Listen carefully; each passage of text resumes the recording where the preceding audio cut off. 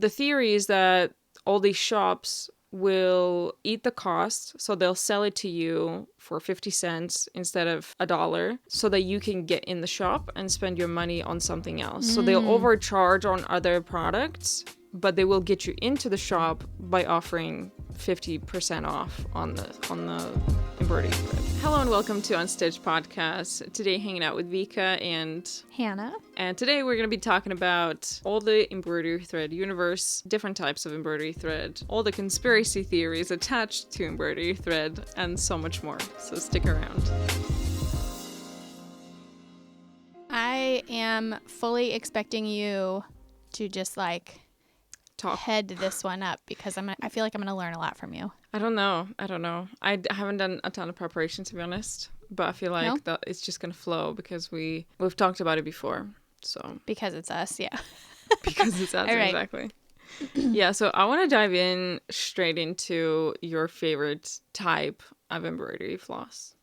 Also, we need to talk about floss versus thread because in Britain / on the other side of the pond, we say thread. We don't say floss. Yeah. And you guys say floss. I'm always so confused. Samesies. I mean, I think the reason why is because floss, like what people use the word floss for in America, I think is like synonymous with a slightly heavier weight than a thread, which I think people associate with like sewing thread, which is like a lower thread weight. Yeah. I think that's the difference. But to be honest, I don't know. And I use them interchangeably. So yeah, I feel like, obviously floss is American, thread is general. So I will end up using like half and half basically. But it is still strange to me to use a floss. The first thing when I think floss, I think like dental floss? Floss in your teeth. Yeah. Same. My favorite thread to use is Sulky,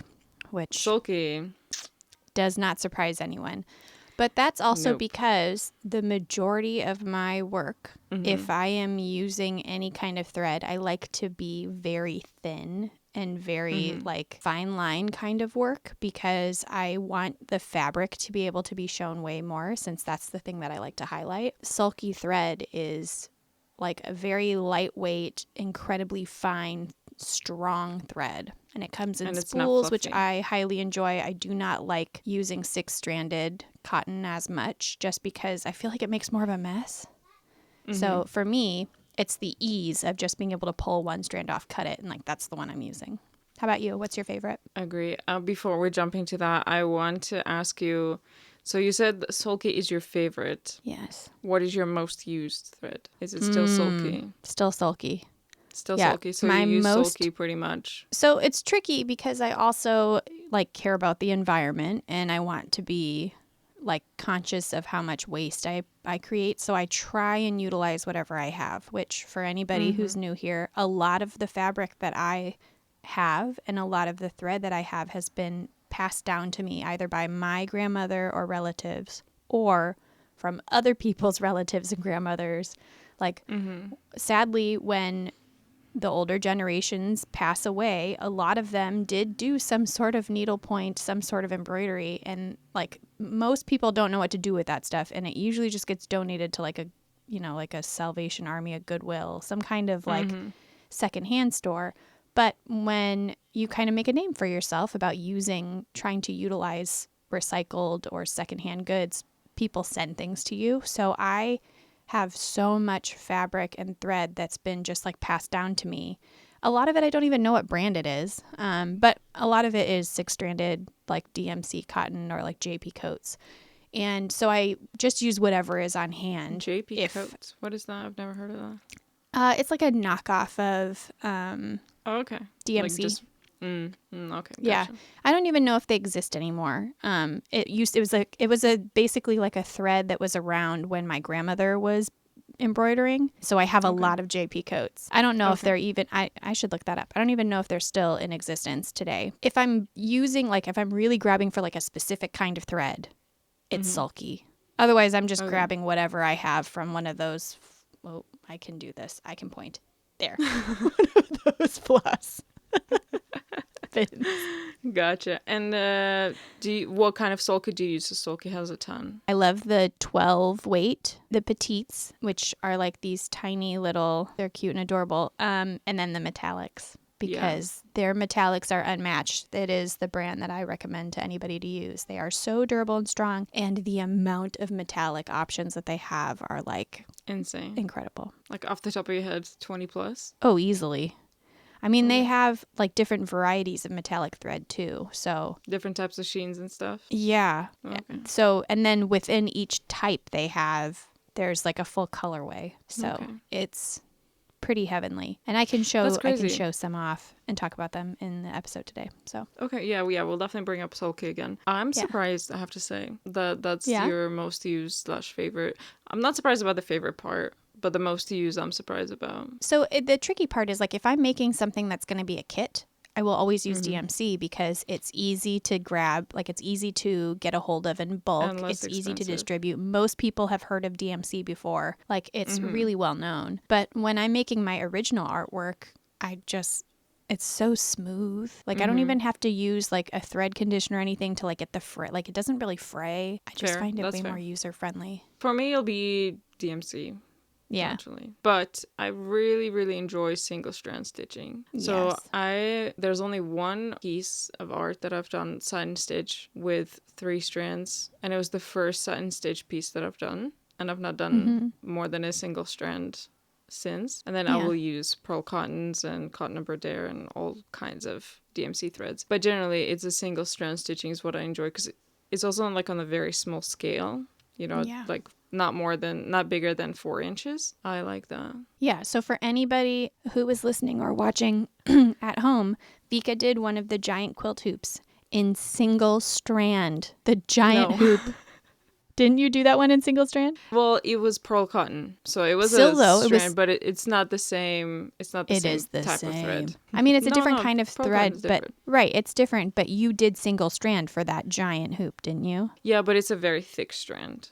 Like Still, it's size though. 5 that I used. Well, I know, yeah. There's thousands of stitches, absolutely. But oh my gosh. Yeah, imagine doing that 28-inch hoop. I'm pretty proud of that one still. It's been 2 years since I've done it. Can you believe that? Yeah, I can actually, because you know, time passes. Also, for anybody listening at home, it is spring break, so you may or may not hear my husband and children in the background. So, just the reality of having a family.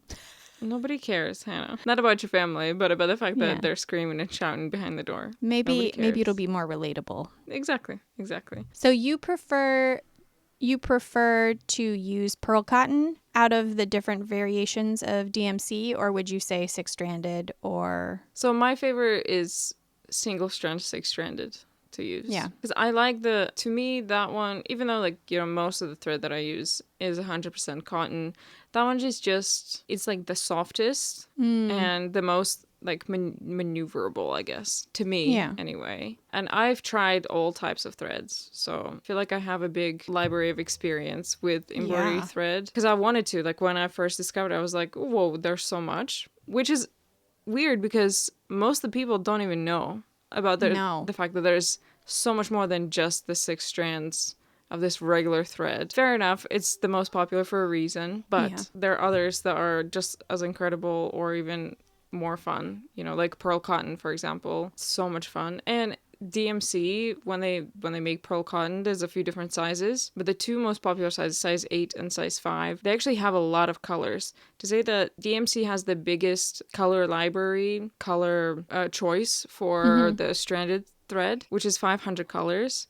Yeah. Pearl cotton size 5 has 380 something. Oh, and then wow. size 8 will have 270. Yeah, so still a ton of colors. So many. A ton of colors. See, this is the luxury you have of being in the UK, because for us, that's not available to us in stores most places. Like, so if I wanted to order a pearl cotton, unless I want to say most stores have like maybe 10 colors. If I wanted to experience the other ones, I'd probably have to like special order them. I wouldn't say you'd have to special order them. This is not a plug, but 123 Stitch. Oh yes, I love. Yes. Attend to all your needs with regards to threads. You're forgetting, and when you come visit here, you're gonna notice there's literally one chain of craft shop that will sell embroidery stuff, and they won't have a ton of choices for pearl cottons or anything. They don't have a ton of stuff. Nobody buys Why did anything in shops. I just assumed that you had it like readily available because No, no, no, no. France Everything's is online. closer. And yeah, no. No. But also Aw. everything is online. There's probably like 3 places where you can go and they'll have stuff in stock. The rest will have very limited amounts, very limited colors and things like that. It's just kind of like everybody just finds these 2 like websites and just stick to them. But because it's a small country, like you get next day shipping pretty much. So it's not that difficult, to get hold of it. Apart from some, to be honest. We'll talk about it. Cotton Embroidery, forgive my pronunciation of French words. I don't know why they can't just name them so that it's easy for everybody else. But that one, like nobody's allowed to carry that in stock. Like in shops. Crazy. It's special order directly from DMC. It's not like you're forbidden to have it, but nobody's going to have it because it takes like 2-3+ weeks for it to arrive from France. So it's completely unreliable chain for that specific thread. And I don't know if they like make them specifically for orders. It could be that. But then I don't know why that would be. It's very strange because the company's really big. I've never seen a place for me to get it. The only place I've ever been able to acquire it is through you. So yeah, there was one person somewhere in California in some town I can't remember the name of that said they had a shop in their area which sold every single color of cotton embroidery size 25. Next time you come to the United States, we have to do a road trip just to go to that store. Oh, to the California. Yeah. I wonder how much it costs, to be honest, because it's not the cheapest of things. No. Crazy. Yeah, but yeah, fair enough. So there are a ton of types. There are a ton of brands. So before we jump into like actual types and explain what they are and, what's to be loved, what's to be hated, let's talk brands. So we mentioned Sulky. Sulky, from what I know, specializes in threads for machine embroidery as well as machine sewing. So they're kind of like all kinds of threads, right? Yeah. So Sulky really started their like journey as just like an all-purpose thread and a machine sewing thread, just like brand. And that's basically what they had forever. Then they started to expand a little bit more into machine embroidery. And so then they started making embroidery thread specifically to run through a machine, which is different than hand embroidery. I don't know. I feel like sometimes people don't recognize that those are so thin and fine. Yeah. And you can do a lot more like precision, like very detailed work quickly in a machine versus by hand. And the sewing machines these days, the like modern embroidery machines are pretty amazing. Like you can transfer things pretty like easily from like a design to like a detailed thing to like program into your sewing machine. And then they started making a lot more like filament, like decorative threads to use in like machine sewing. Then some of us started using them in hand embroidery and sharing them a little bit more. And then they really started to kind of market going in that direction. Because it's strange because I was just going to say maybe it's the same thing that I'm pretty sure that Petite's number 12 is not made for embroidery actually. It's just regular like thread for whatever you want, like general type. So they really don't make hand embroidery specific thread. And I think that's one of the reasons why a lot of people don't know about them. But I find, and maybe, I don't know, I think this maybe goes along with the same thing of like having embroidery specific needles that like are pretty crap, right? Like why do we have them called embroidery? I feel kind of that same way about embroidery floss. Like I don't understand why we have to have a separate kind of thing, because if a thread is durable and like like really works well in like a machine rapidly going through machinery and being like pulled and tugged through a machine, why wouldn't that be also good for hand embroidery? Like for me, my brain, and honestly, that's one of the reasons why I started using it. So the hollow shimmer sliver metallic, well, I guess that one's not a hollow shimmer. So the sliver metallic opalescent, which is the thread that I use for freaking everything. I use it for sun rays. I use it for aurorascapes. It's the thread that I've been using it now in my work for like 5 years, which is just crazy to think about, but I went into the regular sewing area to grab thread for quilting, and I was like, oh my gosh, this is so pretty. And I grabbed it thinking I would use it through my machine. Hated the experience of putting it through my sewing machine. Hated it. I did not enjoy the process, okay? Because it's flat. It's like a ribbon. And then I was like, well, it's still pretty. I think I want to use it in hand embroidery. And I started using it that way. And I had never seen anybody use it like that before. And then that opened my whole world up to everything sulky. So that was my introduction to them. Gotcha. Yeah. You know, I have a theory on your predicament. Yeah. Why we have to have like specific types of thread just for embroidery. Because, you know, think about it, skeins is the most popular way to distribute, you know, the thread in colors. Yeah. And you only get like 8 yards of thread on there. You don't get a ton. Where I'm pretty sure your spools will have like 200 plus yards or something like that. Well, maybe not. I think the petites actually have like 50 something plus, but still that's like 6 times more than a skein. And so the cost is higher as well. Actually, we need to talk about cost in America versus everywhere else because you guys have it very nicely there. Yes, you're right. Yeah. Yes. But yeah, so maybe that's why. That's why it's just like less amount for less money. Because you don't actually end up using that much in embroidery. Like, I don't know. Yeah, that's true. I hadn't thought about that. So you're right. But now let's talk about the prices. Yeah. And there's theories going around. So for anybody who doesn't know, if you go into like Michael's or Joann's or whatever in America to pick up some embroidery thread, say it's just DMC regular stranded cotton, it'll cost you anywhere between 50 to like 80 cents a piece, right? Like if you use all the coupons and blah, blah, blah, blah, blah, blah. And then often they have the sales just, you know, 50 or 60 cents a piece. So that's dollars, US dollars. If you go into a shop or even go online, the cheapest that you can get a skein here is 99 pence. That's the cheapest. The actual... My cats are trying to get through the door. The actual... What is it? RPI manufacturer suggested retail price is $1.19, I believe, right now. It's gone up in price. It does every year or so. What? That's pounds. That's British pounds. The suggested retail price, I think in the US is 99 cents, but it's very rare that you actually get it at that price because they always run promotions and sales. But in here, the cheapest you can get is 99 pence, and that is well above $1. That's like 1.2 or $1.3. Yeah. That's the cheapest you can get a skein for. So more than like 40%. Almost double. Yeah. Wow. Yeah, that's annoying. That's Britain.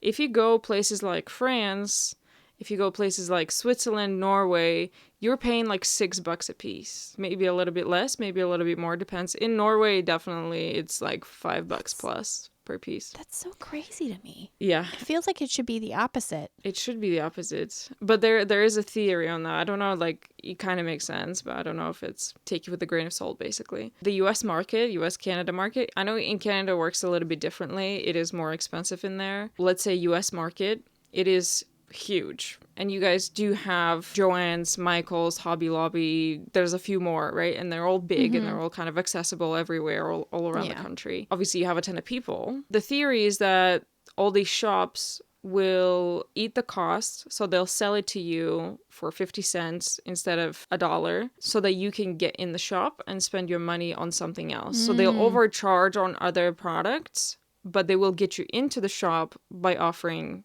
50% off on the embroidery thread. And in Europe, the way that it works, nobody cares. There's like 1-2 shops, maybe everybody buys stuff online. In Europe, DMC wants to price everything according to minimum wage, basically. Like, what's the living wage, I guess. Instead of actually pricing it based on the value of the product, they're pricing it based on, what can you afford to spend, you know? So in Poland, somewhere there, the price will be lower than in Norway or in France, Switzerland, places like that. Which I think is so annoying because that's like the water bottle theory thing. It is. Where your price changes. Yeah. That I don't like. I don't like that either. Yeah. But we have to deal with that. I'm so annoyed still. Yeah, it also feels like business practices in the United States. Like that kind of reflects business practices, which is also why like Joann's just filed for bankruptcy or something. Did they? Yeah. Did they? Oh gosh. Yeah. So I mean, it's just capitalism in the United States at its finest, I like unfortunately. Joann's. Yeah. That makes me I have sad. Yeah. Yeah. But then and I feel like Michael's and Joann's are pretty closely price wise. Like I feel like it's pretty Yeah. close. And then Hobby Lobby I feel like it's a little bit more on the same price as like what you would pay. They don't Okay. do sales very often. I don't necessarily enjoy shopping there as much because it is a very religious experience, and as someone who is not religious, I do not enjoy being Really? inside. Is it run by religious people? Oh yes, Hobby Lobby, yes. And is it a big chain? Yes. Yeah. Wow. And I have no idea. and for some people, especially anybody who lives in the south of the United States, Hobby Lobby is often the only option. And I don't ever want to discourage someone from, shopping at a local craft store if that's what they have. But where I live, I have the luxury of, I think I have 6 places I can go for thread. And Yeah, shut up. and Hobby Show off. Lobby is one of the higher priced ones. So, but yes, there's there's religious music playing over the speakers. Oh, I was just gonna ask, what do you mean by religious experience? Yeah, Religious and music. Do they sell yeah. nativity stuff all the time? Yeah. And as someone who grew up evangelical Christian, I know all the music. I'll catch myself humming along to it while I'm shopping, and I'm like, wait a second. To the hymns. Yeah, because it's God. it's usually instrumental. So you can't if you know the music, Otherwise, I'm sure for most people who walk in who don't know, they're probably like, oh, this is nice elevator music, but. They're trying to brainwash you. It is a very religious experience, and No I just don't offense. necessarily enjoy that. I would much rather shop somewhere where it's just either no music or just whatever's on the radio, and that's a personal preference. That is but also really because they decided to add that into their strategy, sales strategy. Yeah, again, for someone like me who has options, and then, like you said, I also highly enjoy, though, that there are online options, too. Because, 123 Stitch, like you said, has such a huge I genuinely am so curious what their warehouse looks like. I know, me too. Me too. They have so much in stock on their website all the time. And, as someone who stocks many things, I'm my house is already overrun. I can't even, I get that they have, it's a huge business, but their warehouse must be magic.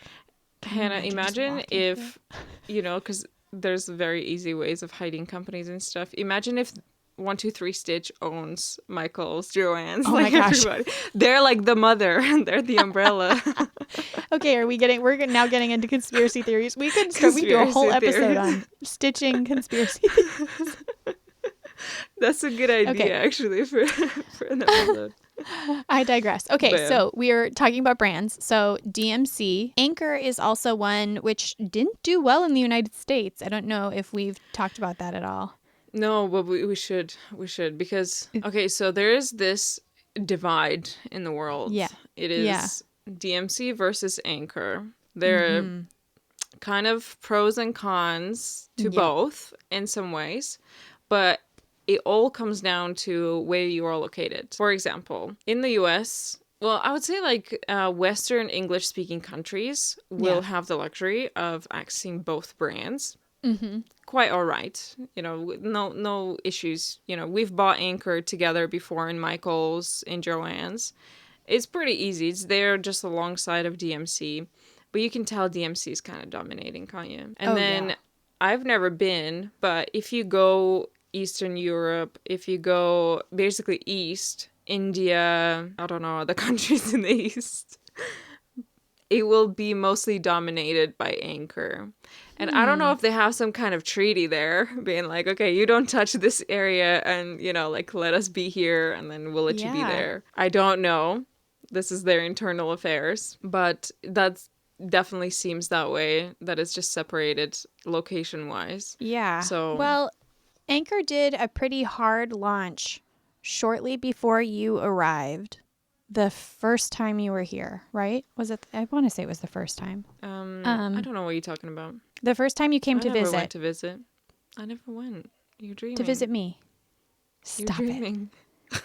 it. You're making me crazy. Wait, I don't know what you're talking about, though. What kind of launch did they have? The embroidery thread. Did we Oh, go like the shopping for it spooly the ones. first? Yes. Was Yeah, was so- that brand new? I had no idea. Yeah. So they did like a pretty hard, like big launch. Okay. And that's why you saw the nice displays in both Joann's and Michael's. They are gone. They did not do well. Are you kidding me? No. So, yeah. So I think, I feel like I told you, but a lot of us, when we realized both Michael's and Joann's decided they were no longer going to carry, I don't know what happened. They went on crazy steep discounts. So they were like 20 cents, 15 cents a spool. So I have like a No. big, yes. Why didn't Yeah. you tell me? I would have sent you like a couple hundred. I'll bring some with me because it's, yeah. And so sadly, you can still buy it in the United States, but it doesn't have the pretty 1, 2, 3 displays stitch. anymore. They got Oh, rid of that's it so pretty annoying. quickly. Yeah. So I don't know what I wonder happened. if DMC had anything to do with that. I don't know. I'm very curious, but yeah, one day Conspiracy it was there in the theories. stores, and then the next day it was gone. At least in the stores near me. So Oh my gosh, that's so crazy. The Anchor just did the ballsiest move with offering regular thread on spools to make it easy to store, to make it easy to use. And I actually I loved freaking that. love it. I love Yeah. that so much. So much. Yeah. It's the same thread, just on the spool. And the spool is kind of small. It's like a nice little petite one. It's They're cute. cute.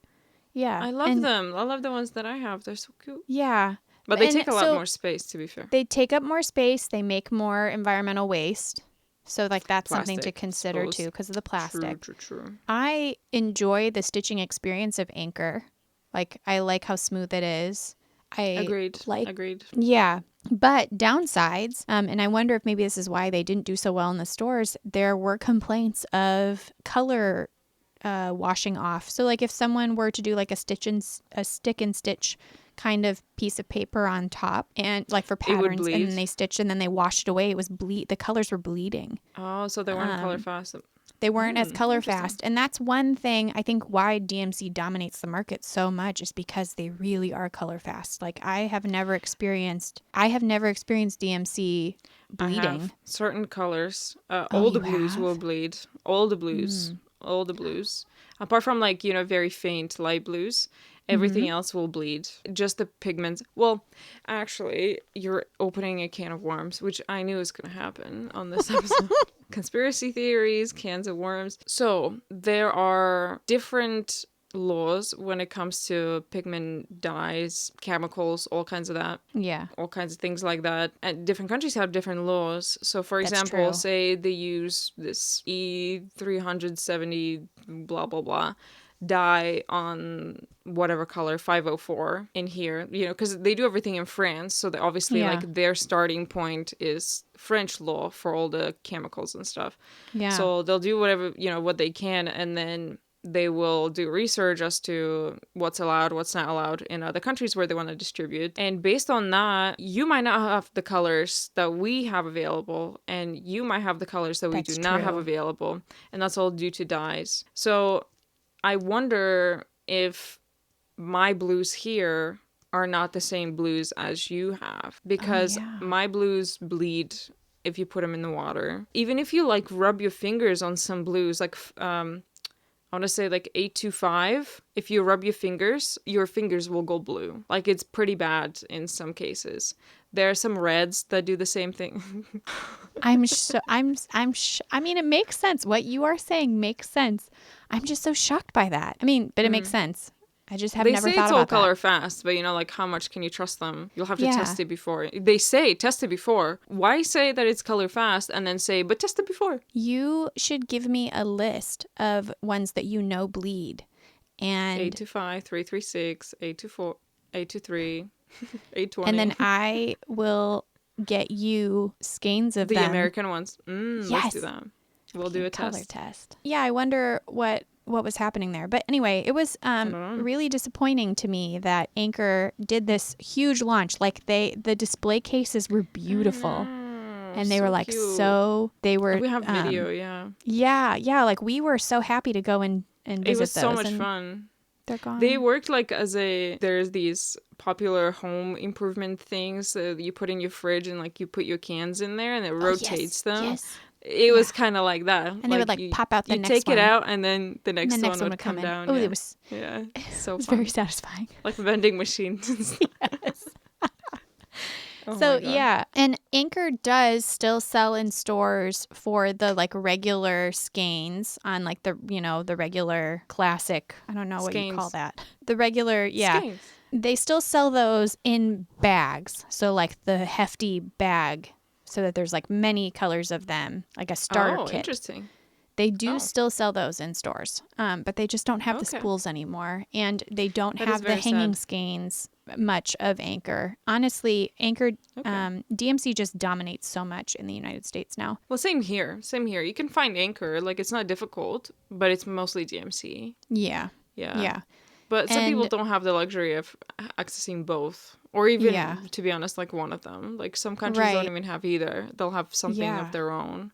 Like in Russia, for example, they have their own thread types that they make locally in Russia, which I still yet to get hold of. Makes me feel like that must be superior because the embroidery that comes out of Russia is like so beautiful. So it makes Agreed. me wonder if the thread is better. Well, people do recommend it, but they don't sell it outside the country. I don't Right. think you'd have to actually like get a contact in the country, have them buy it, and just ship it out. And ship it to you. Yeah. Which we should do that actually. I have lots of friends in Russia still, so Yeah. The other thing to note is also my love of sulky. You cannot buy petites in most craft stores in town. You have to buy them online. So that's the other thing. do you like, know for if people... 1, 2, 3 Stitch has them? Oh, I don't know. I'll have to look into that. I think they do actually. I think Maybe they do. Natalie, when we were going through the whole thing, because I bought the whole fucking case. That's right. And my only complaint with the petites, and again, it's also just because it's like a newer product, is there's just not as much of a color range. And that gets a little frustrating sometimes. But also, Yeah, blues are bad. yeah. Besides that, though, because I don't want to get too much off topic. So we have talked about DMC, Anchor, Sulky. I had mentioned JP Coats, which I don't believe is a company anymore, but it was like a knockoff version of DMC. Can you think of any other like major brands? Yeah, there's Paint Box, which is a new kid on the block. I believe they are located in Germany. Could Never be heard of wrong, it. but I'm pretty sure. Actually, I don't think that Paint Box is German. I'm confusing it with Rico. Rico. Have you heard of them? Yes. Yeah, I've heard of that one. To me, they're kind of like the same. It might be that Paint Box is actually owned by Lovecrafts. That's like their own brand of thread. Do you know Lovecrafts? Mm-hmm. Yeah, so they're huge. They're like they're online only. Pretty sure they're in Ukraine, but their main market is Europe and the UK. Like they'll have the cheapest stuff and then, they'll do all the sales and stuff like that. So I think they've come up with their own brand. It's pretty big here, to be honest. Like you don't see it in the shops yet, but they're trying to promote it all over. And then Rico is the one that's based in Germany, and it's very popular in Europe, European Union as well, because it's not crazy expensive. And from what I know, it's pretty good thread. Obviously, it's just, it doesn't have 500 colors yet. Yeah. And things like that. So it'll take time to grow that stuff. So those are the two that come to mind that are not like knockoff Chinese brands. Anything else from you? No, and then I was just going to say the awful generic terrible ones that like CXC. Exactly. Basically in America, and if you go into any hobby store, most of the bagged ones that are like on the bottom, like they literally look like an afterthought. Those are usually like created in China or something, and it's an off-brand. Sometimes they don't usually have any kind of color marking. There's no way to track what the colors are, and they're terrible. They literally, if you like pull on them, they will fall apart. The color within the same skein, the color is not consistent. Like they're terrible, and it seems like such a good deal because you'll be able to get like 30 skeins for $3 or something. But they're terrible. Don't do it, please. Yeah, don't do it. Embroidery, in the grand scheme of things, is actually pretty cheap hobby to keep up with and to get started with. But people want to go even cheaper, and they do opt in for those kind of bags full of threads. And most of the time, they just regret that. Because you don't know what you don't know, right? Like, you buy this, and you're like, oh, that's a great deal. And then you use it, and, like, you've got problems, but you just think that all the threads are going to have the same problems. But then you get your hands on DMC or Anchor, and you're like, ooh... Okay, that's a bit different. It's so Yeah, different. so I would say like at least get one skein to try, Yeah. and then you So make you can tell the an educated difference. decision. Yeah, Yeah. yeah. The only reason I ever recommend buying those bags is if you're going to make friendship bracelets, Okay, because fair. that's fine for making a friendship bracelet, but that's about it. Otherwise, don't buy them. Actually, I would. This is kind of controversial, actually. I could recommend this type of thread for people embroidering on clothes because Oh. most clothes is not 100% cotton. There Mm. will be like poly cotton mixes and things like that. And this fake thread knockoffs, they will most likely be a like 99% chance that it will be poly cotton mix rather than 100% cotton Yeah. that we're used to. So if you're embroidering on clothing, it could be better for like longevity that you Oh. use the polycotton thread so that it kind of like mixes up with your piece of clothing. Say you're embroidering a hoodie and you know like you wash it every couple of weeks, that kind of stuff. It might be better. I don't know, I haven't tested it out. I haven't embroidered anything on clothes using that, but it's kind of logical, right? It makes sense. Yeah. Apart from the fact that obviously it's more difficult to work with and they're color unreliable and you don't know if it's going to bleed and all that kind of stuff. So make an educated guess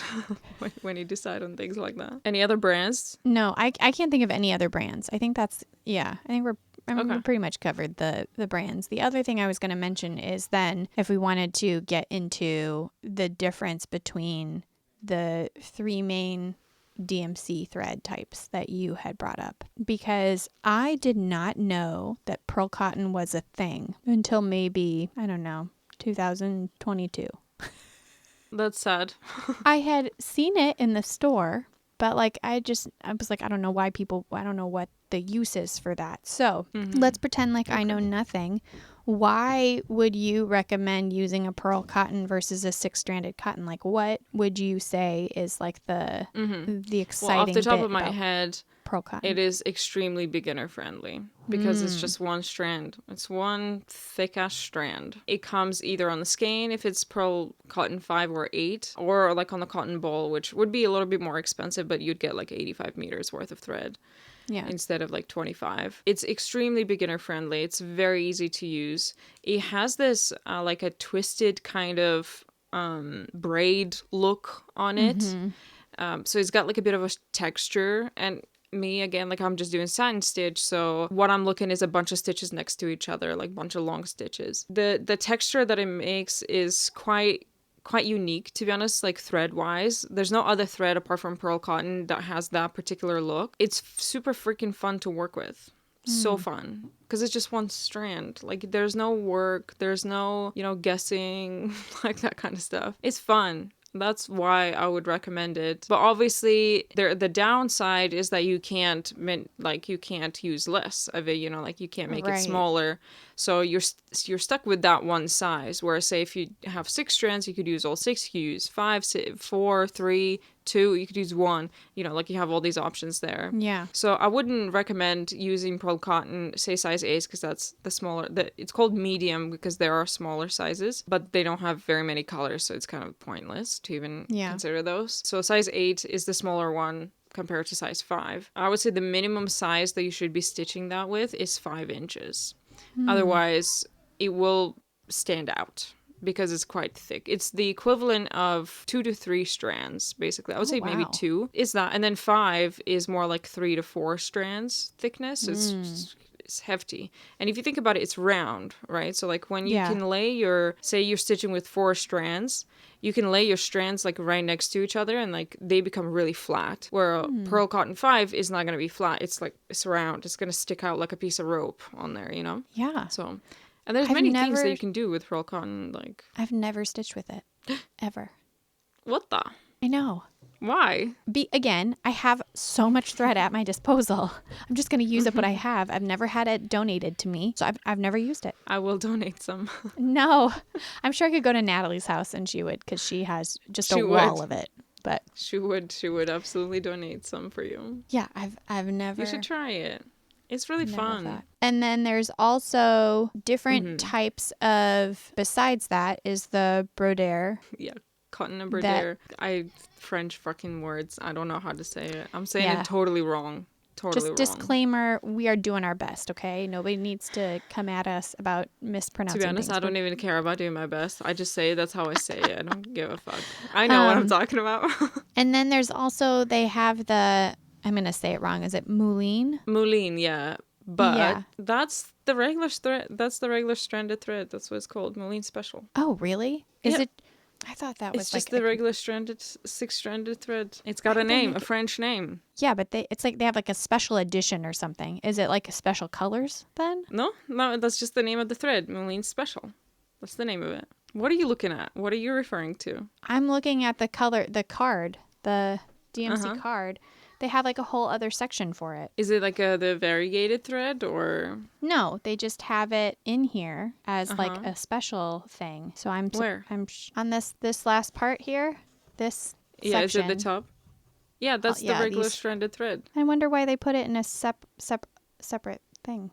No, they're Letting not you putting know that it in it's a also separate named thing. by that. Yeah, they're just telling you the name of it. That's good to know. Because underneath their swatches of pearl cotton and Ooh, the Pearl couple of Cotton other 12 is like my cup of tea, but yeah, they it's don't got make 5 that colors. Yeah, It's got ecru, white, black, and a couple other beiges, it's which is cute. annoying. I think there's more actually. I think maybe there's like 20 plus colors, but And then there are some other types that they offer that I will never recommend. And those are anything Same. that is not cotton. Okay? So, satin. the reason being, they are just so brittle. They knot so easily, and why they still offer them in 6 strands. Anybody who knows So me like knows. you're talking about metallics, the light effects ones. Yes, satin metallics, ones. light effects. They have like their satin. Satin is literally the devil's thread. Never ever ever you're gonna like it. Yeah, but anything that has like that isn't cotton that they offer, any kind of synthetic fibers that they offer.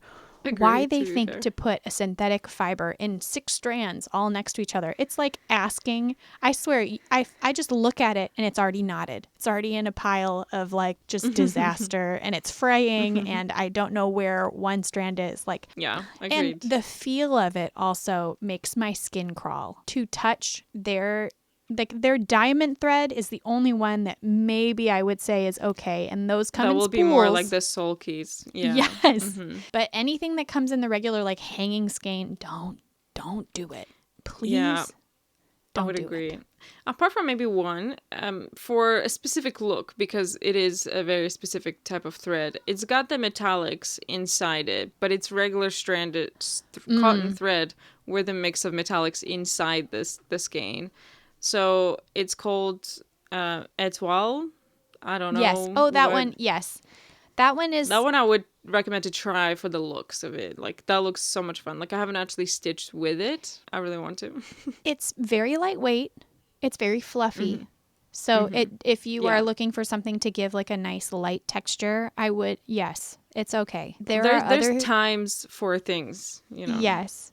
But it's also like really hard to thread through a needle because because it's so fluffy, it's like hard to get. I have not thought about that. Yeah. And then because they have very fine metallic strands through it, those metallic strands can break while you're stitching. And then you have just like the ends, like little stabby metallic bits. Oh, yeah. I've not thought about that. Maybe we'll give that a pass. Again, so there are other threads that I would recommend for metallic specifically. And they are not advertised as embroidery thread. Again, they're super durable because they're designed as all-purpose or to go through a machine. There are brands that are known more in like other kinds of stitching. So, for example, cross stitch.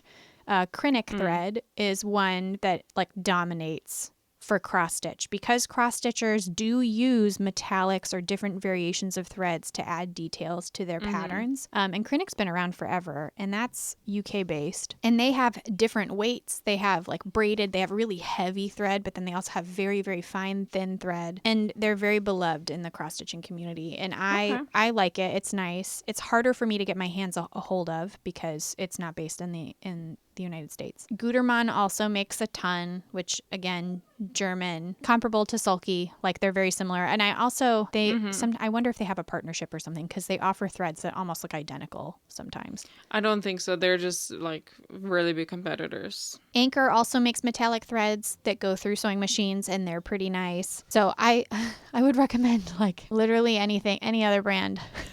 But DMC for metallics? Yes. Fair. So those are the Fair. threads that I would recommend. But Anchor and Sulky and Gutermann, you can find in any hobby store in America in the normal sewing section. So like the machine thread section. You can find those in pretty much any of them. You won't find all of the colors and all of the different versions of them. They're pretty easily accessible.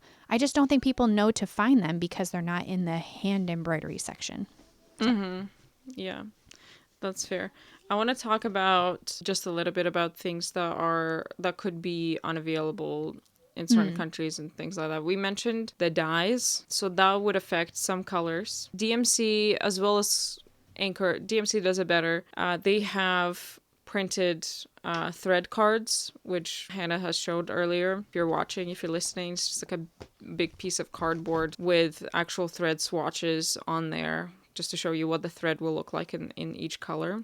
Yeah. So there's a bunch. So DMC does pretty much one of these for each of their threads to show which colors they have and what it looks like and stuff. So some of those you will never find in American shops. Some of those you will never find on European markets, things like that. For example, the most recent one that I was talking to Natalie, it was 3760 is the color that I use quite often. But apparently you guys don't have that available in America. No, they call it 806. 806, yeah. So it's slightly different color, but that's what they say.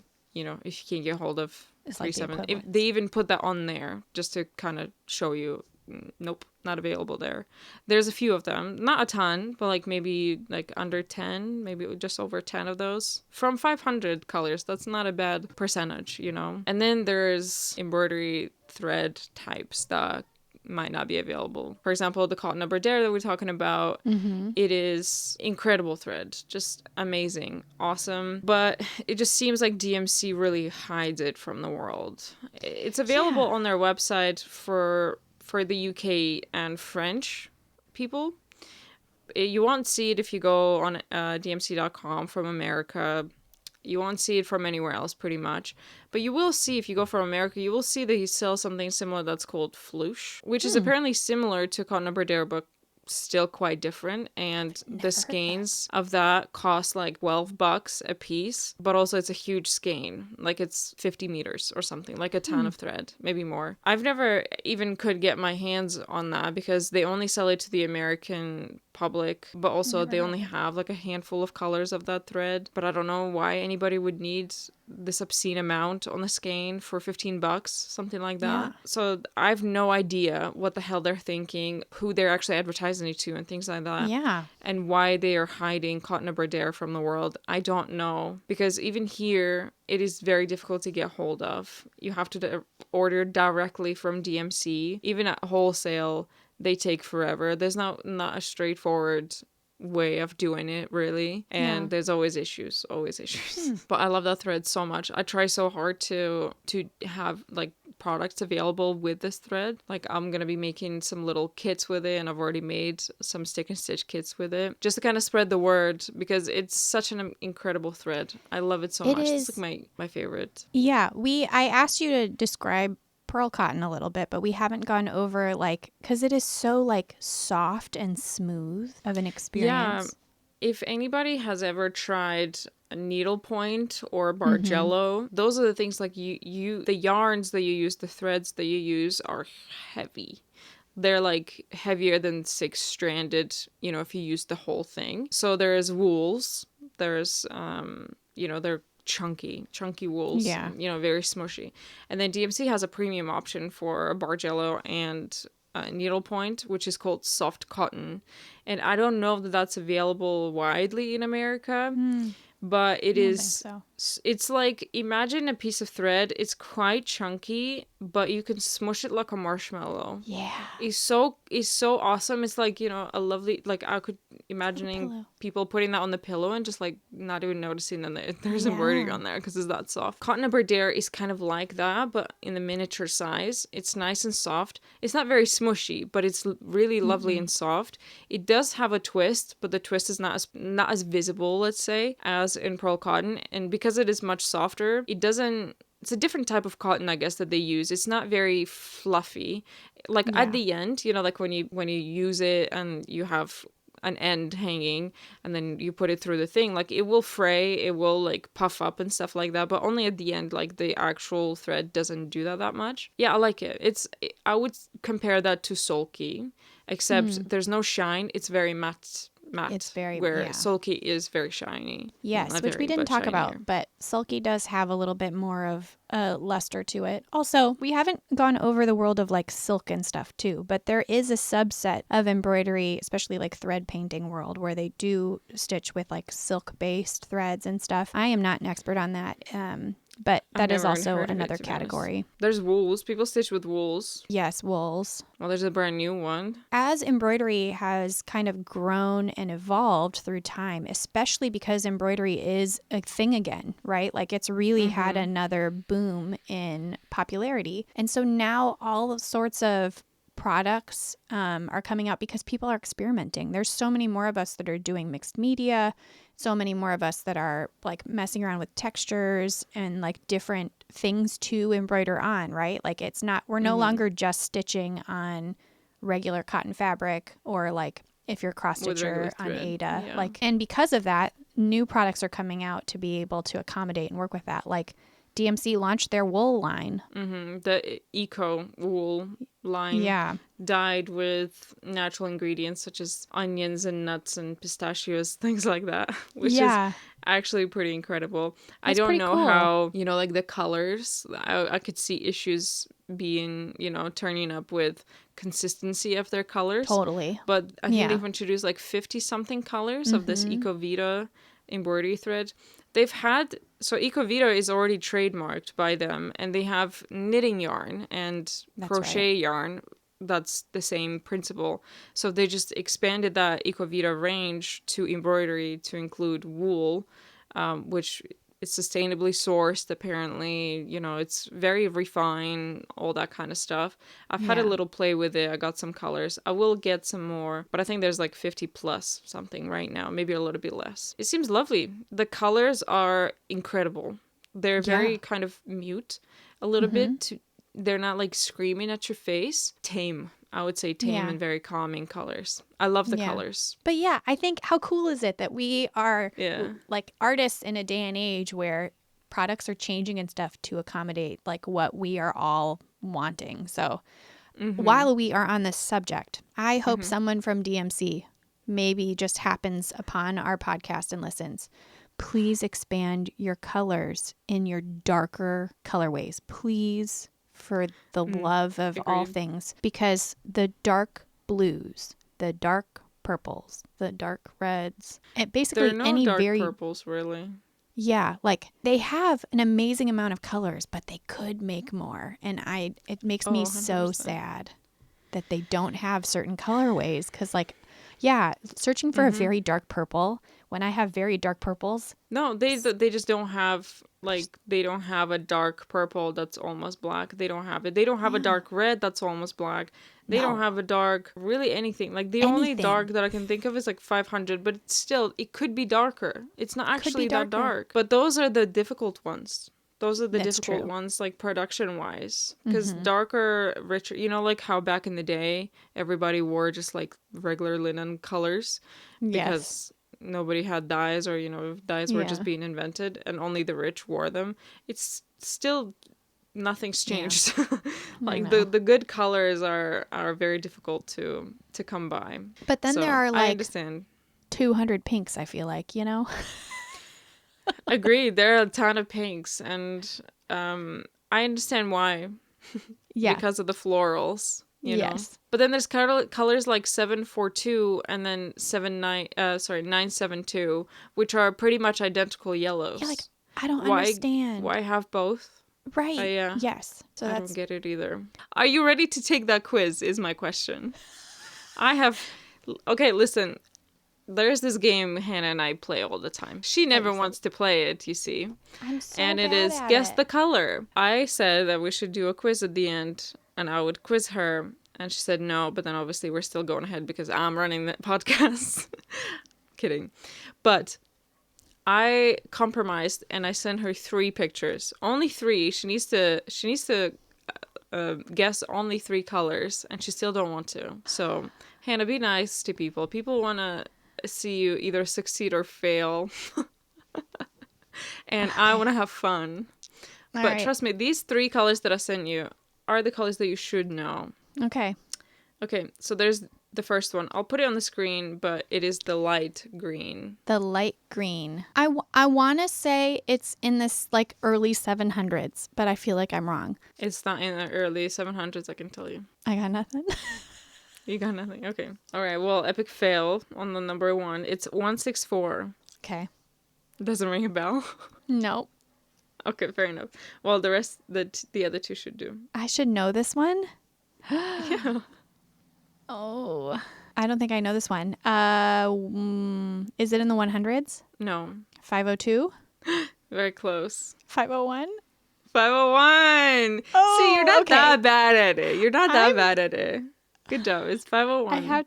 I literally have to like look around my room for something that's like kind of like that color and think like, what colors did I use? Come on, we love the 500 ones. And the last one is this. If you don't guess it from like the first attempt, I would be pretty disappointed. I'm not gonna lie. Well, you're probably going to be disappointed. Is this in the 3000s? Mm-hmm. Okay. Is this 3... There's so much pressure. I want to get it right. I know. I can is it- tell you're so nervous. I don't know why. It's just a bloody game. Is it 3847? Don't disappoint. Good job. No, It's that's my 3847. I know. Yeah, I'm saying you don't disappoint. Thank you. At least you got one right from the start. I try. I feel like I should have prepared some for you, but you would get them It's all okay. correctly. That was a fun game. Everybody got to witness me being like super nervous. I'm glad we're like, not 2 hours in yet. Not Let's 2 hours do in. So okay, y'all, we've decided because you probably have, if you're religiously watching the podcast or listening to the podcast, you might have noticed that we started with about 1 hour length, and then by episode 6, it's nearing 2 hours. So we've decided that we're not going to do our segments that we do every episode. We've decided we're just going to rotate our segments for each episode. So we'll do one at a time, and then the next episode we'll do some other segment. What segment do you want to do today? I want to do trends I hate. Okay, I don't have one.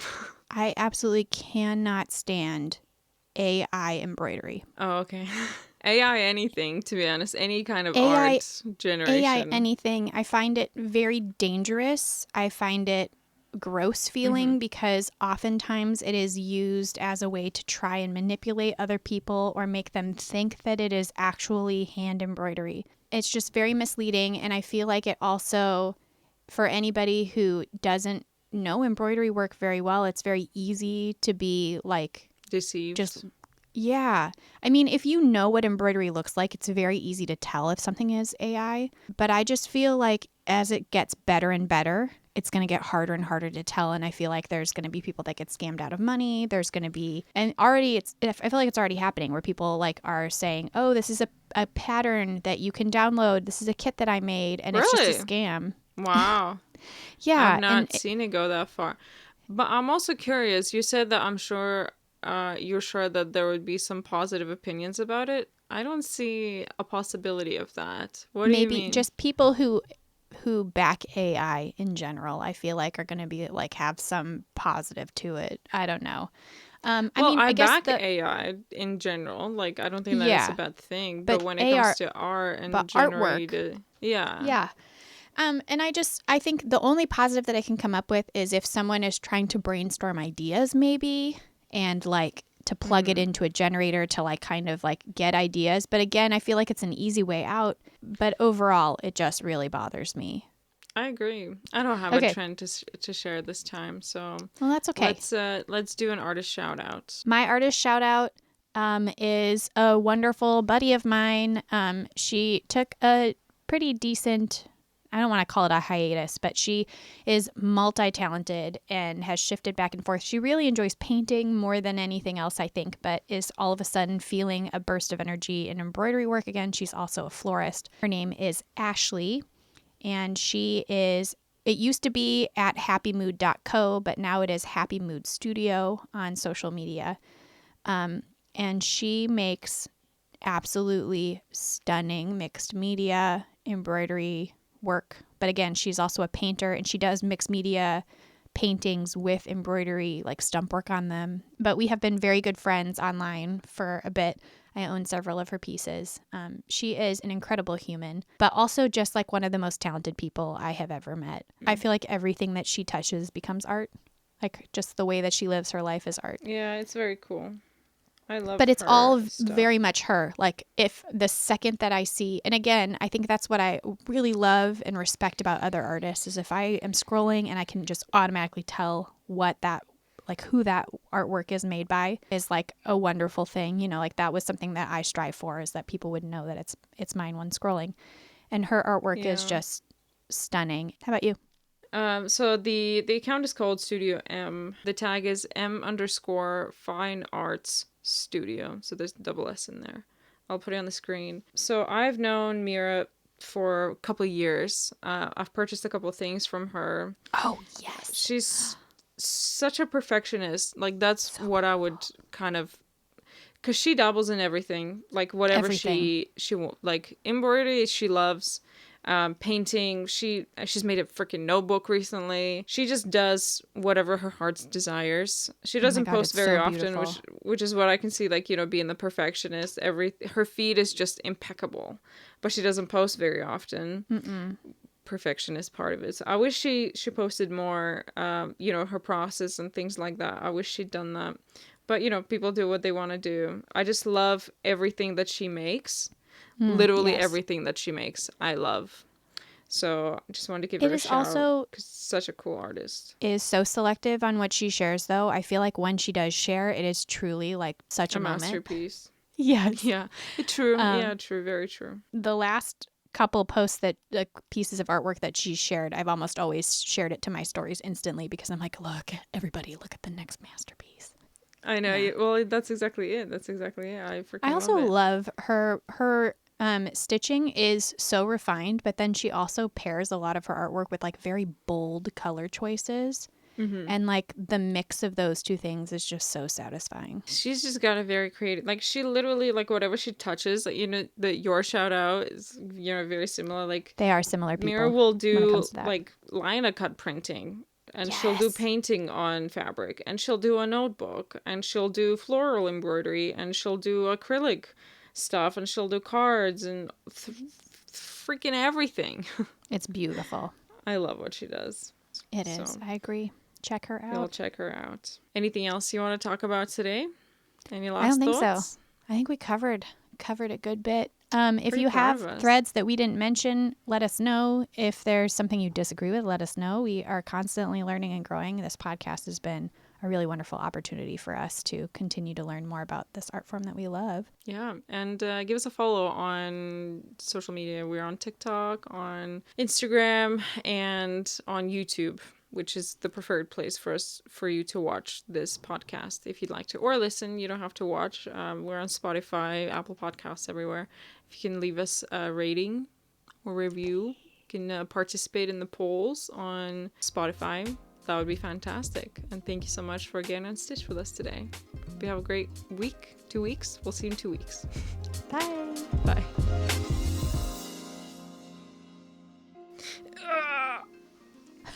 I'm such an old lady. We're just leaning heavily into old lady land. It's fucking true. Everything. The choice of art, the choice of seating. Everything. The choice of joints.